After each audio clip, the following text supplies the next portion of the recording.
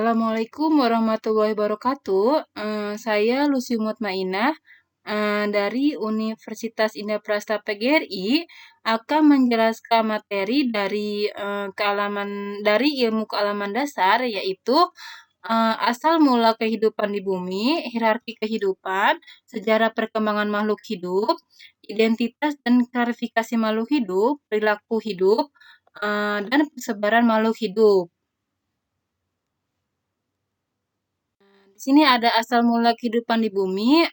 Teori ini ada beberapa teori. Yang pertama ada teori abiogenesis atau sering disebut dengan generation spontan. Teori ini tergolong paling awal berkembang dan berpendapat bahwa makhluk hidup timbul begitu saja dari benda hidup.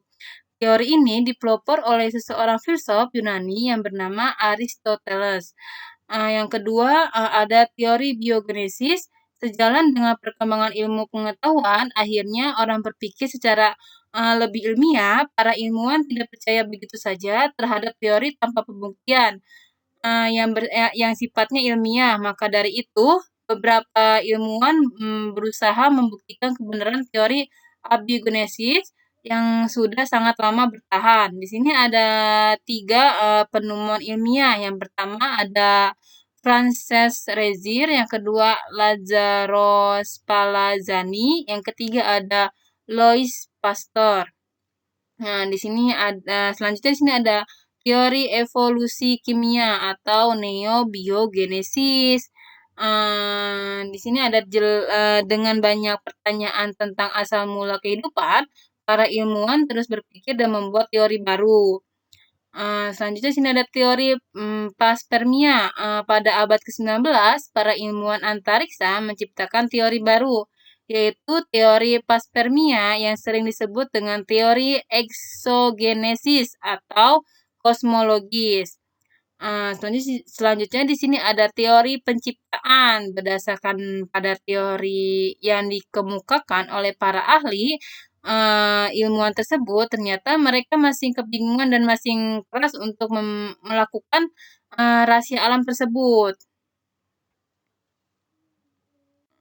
Nah, selanjutnya di sini ada hierarki kehidupan. Hierarki kehidupan adalah sebuah alat yang digunakan untuk memahami masalah secara kompleks, di mana masalah tersebut diuraikan ke dalam bagian elemen-elemen yang bersangkutan. Kemudian menyusun elemen-elemen tersebut secara hierarkis dan akhirnya dilakukan penilaian atas elemen-elemen yang bersangkutan. Sekaligus menentukan keputusan yang mana akan diambil. Jenis-jenis hierarkis ada 2 macam. Yang pertama ada hierarki struktural, yaitu mengurangi masalah secara kompleks dengan uraikan menjadi beberapa bagian atau elemen-elemen berdasarkan ciri arah besaran tertentu seperti ada bentuk, jumlah, ukuran, dan warna. Yang kedua ada hierarki fungsi. Apa itu hierarki fungsi? Yaitu mengurangkan masalah secara kompleks dengan menjadi bagian-bagiannya sesuai dengan hubungan esensialnya. Nah, di sini slide selanjutnya di sini ada sejarah perkembangan makhluk hidup. Menurut Hasan dan kawan-kawan, tahun 2014, evolusi biologi adalah perubahan dari waktu ke waktu pada satu atau lebih sifat terwariskan yang dijumpai pada populasi organisme. Evolusi adalah salah satu cabang ilmu biologi yang mengkaji tentang perubahan struktur dari makhluk hidup. Evolusi dipeloporkan pertama kali oleh ilmuwan Inggris bernama Charles Darwin. Tahap perkembangan teori evolusi dibedakan menjadi 3 besar. Yang pertama ada masa pra-Darwin, yang kedua ada masa pasca Darwin. Konsep penting dalam evolusi sebagai ilmu pengetahuan disebut sebagai teori ataupun hipotesis. Evolusi meliputi konsep-konsep esensial dalam pokok penting, yaitu ada 6. Yang pertama ada perubahan evolusi adalah perubahan komposisi genetik suatu populasi pada suatu waktu tertentu. Yang kedua, ada alam berfungsi sebagai pengarah dalam proses evolusi populasi makhluk hidup. Yang ketiga, ada faktor atau juga sering disebut dengan sebagai agen. Terpenting dalam proses evolusi adalah seleksi alam. Yang keempat, ada bentuk-bentuk prestasi atau respon makhluk hidup terhadap seleksi alam. Yang kelima, di sini ada kehidupan di muka bumi berubah dari waktu ke waktu. Ada yang muncul dan ada yang punah. Nah, di sini ada yang keenam, yang terakhir di sini ada organisme mempunyai sejarah dan hubungan dengan organisme yang hidup di masa lampau.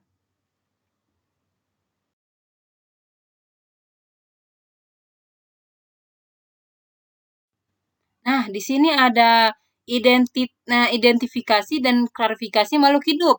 Apa sih identifikasi makhluk hidup itu?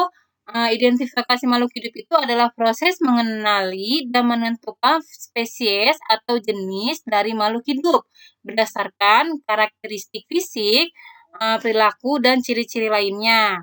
Nah, yang kedua di sini apa itu klarifikasi makhluk hidup? Adalah pengelompokan makhluk hidup ke dalam kategori berdasarkan kemiripan ciri-ciri morfologi, genetik, dan evolusi.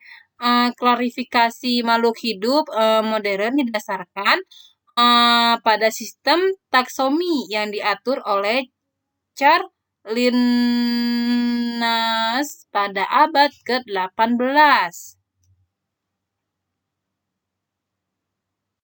Nah, di sini selanjutnya ada perilaku makhluk hidup. Perilaku makhluk hidup itu mengatakan perilaku adalah hasil proses belajar mengajar yang terjadi akibat dari interaksi dirinya dengan lingkungan sekitarnya yang diakibatkan oleh pengalaman-pengalaman pribadi. Nah, di sini yang kedua ada menurut Benjamin Blount, seorang ahli psikologi pendidikan membagi perilaku manusia menjadi tiga, yaitu ada kognitif, efektif, dan psikomotorik.